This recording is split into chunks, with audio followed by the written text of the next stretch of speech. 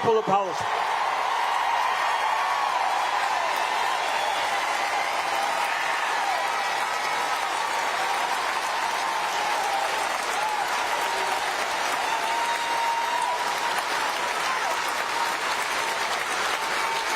But in order to be successful politically, it's not good enough to simply take on Trump and the oligarchs every day. What we need to do, which the Democratic Party, the leadership, does not do, is have a vision of where we want this country to be.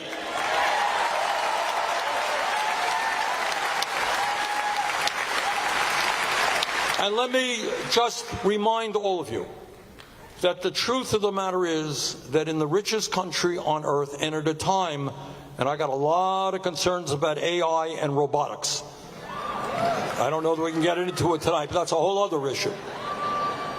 But we have the potential to become even richer. And from a world historical point of view, throughout the history of the world, and today, people are struggling, and there are countries in the world where people are trying to survive on $1 a day. Kids are dying from easily preventable diseases. Throughout history, human beings have struggled just to stay alive. For the first time in world history, human history, we now have the opportunity with sane democratic policies to create a decent life for every man, woman, and child in this country. That is not a radical idea.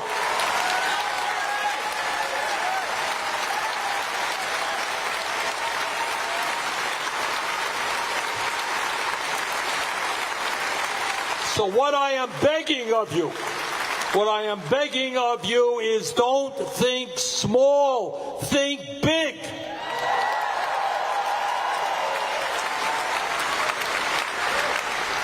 Health care is a human right. Every man, woman, and child. We need Medicare for all.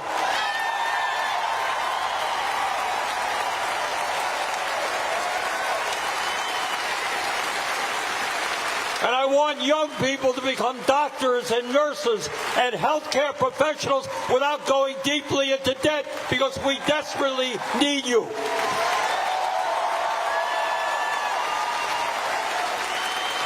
Now you tell me in this great and inventive country where we have so many brilliant minds, you tell me why we are not having the best educational system in the world. We used to be the best educated country on earth. That's no longer the case. I want every young person to know, from 3 years of age on, that he or she does their work well, they will be able to get all of the education they need, regardless of the income of their family. Education is a human right.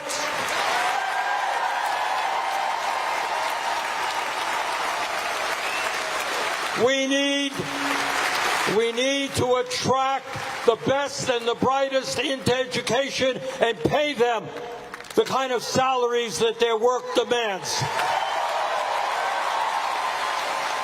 Which is why I've introduced legislation that no teacher in America should make a starting salary of less than $60,000 a year.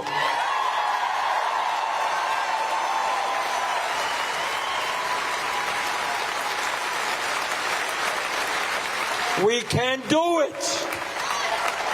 You're going to have the best child care system in the world, best higher education system in the world.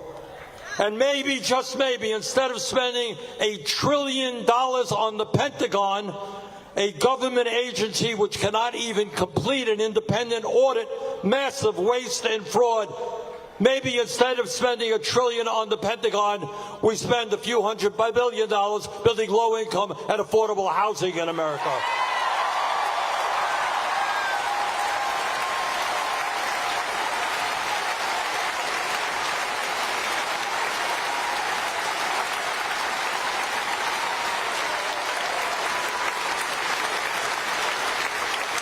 Maybe instead of giving tax breaks to the fossil fuel industry, we start investing in the cheapest form of new electricity, solar and wind, to create millions of jobs to save the planet.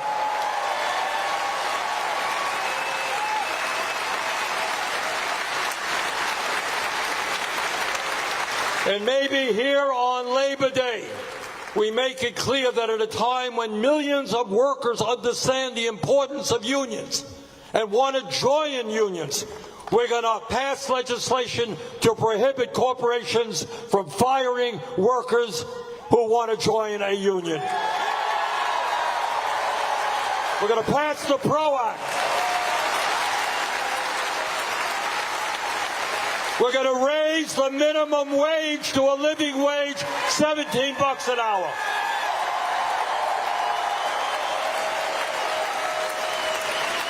We're going to end the absurdity of being one of very few countries in the world that does not guarantee paid family and medical leave.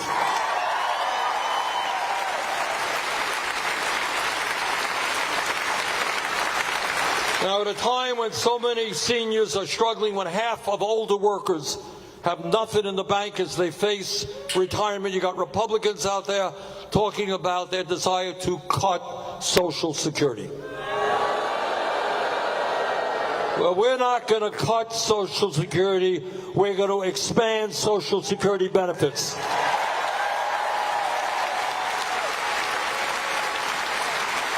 And we're going to do that by lifting the cap on taxable income so the wealthy start paying their fair share of taxes.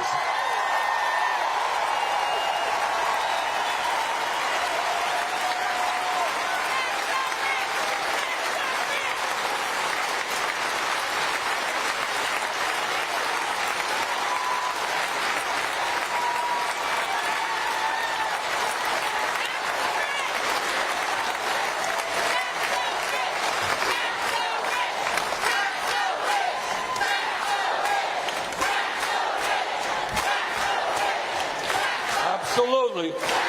Let me give you, very often I get criticized, like every day. And people say, oh, Bernie is a radical, he's out of the mainstream and all that stuff. I want you to understand, please understand that everything we are talking about are supported by a majority of the American people. These are not radical ideas.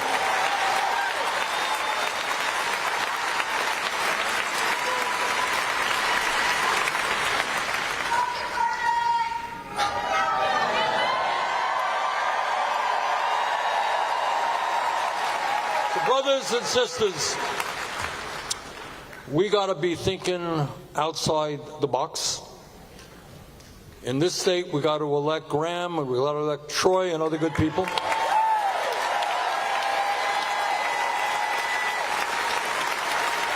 But they can't do it alone. They really can't.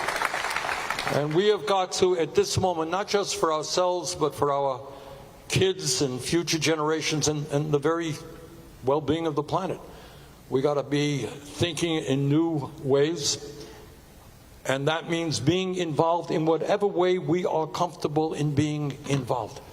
I will tell you this, what the ruling class does through their media and their culture is they basically try to say that ordinary people are powerless.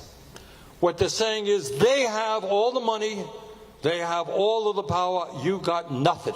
And they can do anything they want, and you can't stop them. Well, I think we've got some news for them.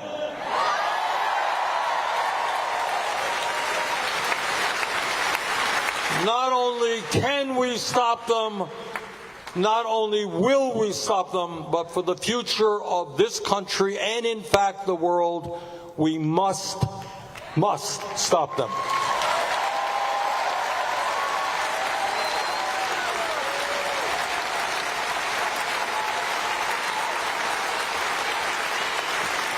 Today on Labor Day, when we thank the unions for all they have done for the working class of this country,